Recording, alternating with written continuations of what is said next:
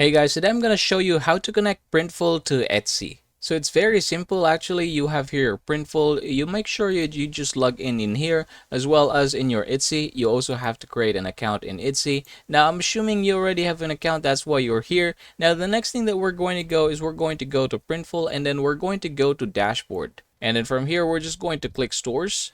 Alright, there you go. So you have here choose platform and then you have here your Etsy. So I'm just going to click this one.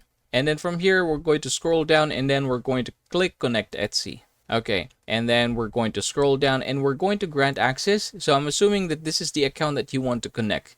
So it says here you already have an account. Continue with your vladimirshakib@gmail.com. We're going to click continue and we're going to confirm connection.